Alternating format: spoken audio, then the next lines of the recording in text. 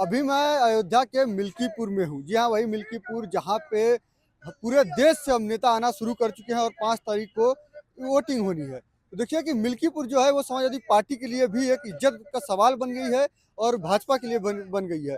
भाजपा एक तरफ अयोध्या हारी तो उसके बाद ये सोच कर आई है कि मिल्कीपुर जीत कर हम उसका बदला लेंगे। लेकिन समाजवादी पार्टी ये सोच रही है कि अगर हम अयोध्या जीते हैं, मिल्कीपुर हारते हैं तो नाक कट जाएगी। तो ऐसे में देखिए जो समाजवादी पार्टी के तमाम नेता हैं वो लगातार यहाँ आ रहे हैं, जनसभा कर रहे हैं और लोगों को लुभाने की पूरा कोशिश कर रहे हैं। तो ऐसे में अभी थोड़ी देर पहले यहाँ पे धर्मेंद्र यादव आए थे, जो लगातार यहाँ पे जनसभा कर रहे हैं और लोगों से कह रहे हैं कि मिल्कीपुर में हमें वोट दिया जाए, हम पूरा मुद्दा जो है वो गरीबों का उठाएंगे, किसानों का उठाएंगे।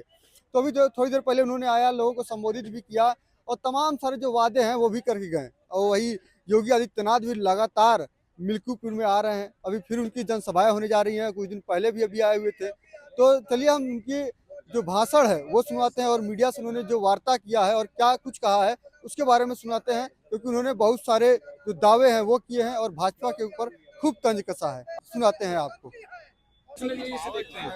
देखिए, आप भी जानते हो और मिल्कीपुर वाले और ढंग से जानते हैं कि प्रशासन की मंशा और नीयत का है क्या है।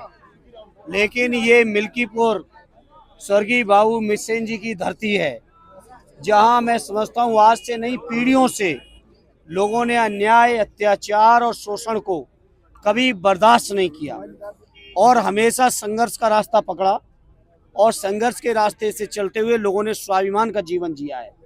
उसी परंपरा के लोग हैं, उन्हीं की नई पीढ़ियों के लोग हैं। तो मैं समझता हूँ यहाँ के लोग अन्याय के खिलाफ मजबूती से जवाब देंगे, जो लोकतंत्र में वोट के माध्यम से हो सकता है और वो देंगे लोग। बीजेपी के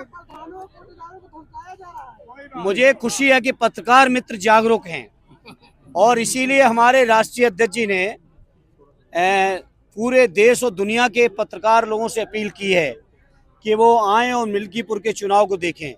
और चूंकि मैं मिल्कीपुर के पत्रकार मित्रों के बीच हूं, तो मैं आपसे कहूंगा कि कोई आए या ना आए, आपकी पहली जिम्मेदारी बनती है इस चुनाव में जो षड्यंत्र हैं, जो अन्याय अत्याचार है, जो शोषण है, जो जीत के लिए तमाम हथकंडे अपनाए जा रहे हैं, उन सभी को बेनकाब करके आप देश और दुनिया को दिखा के लोकतंत्र के सच्चे प्रहरी बने, ये हमारी आप सबसे प्रार्थना है। लेकिन बीजेपी दावा कर रही है कि लोकसभा में गलती हो गई, विधानसभा में गलती नहीं होगी। बीजेपी के दावा 400 वाले भी थे, बीजेपी के दावे 2 करोड़ रोजगार हर साल देने के भी थे, बीजेपी के दावे किसानों को आमदनी को दूने करने के भी थे, बीजेपी के दावे 100 दिन के अंदर स्विस बैंक का पैसा लाने के भी थे, बीजेपी के दावे महंगाई कम करने के भी थे। तो बीजेपी अपने कभी किसी दावे पे खरी नहीं उतरी है। बीजेपी केवल प्रशासन के दम में और घमंड में चुनाव लड़ रही है। एक गांव है जिसमें 300 मुस्लिम परिवार रहते हैं, उसमें 110 लोगों पे गुंडा एक्ट के तहत कार्रवाई की गई है। इस पे आपका पार्टी का क्या एक्शन है? नहीं, पार्टी हमारी इन चीजों को लगातार पुरजोर तरीके से उठा रही है और आने दीजिए, संसद का सत्र आ रहा है 30 तारीख से।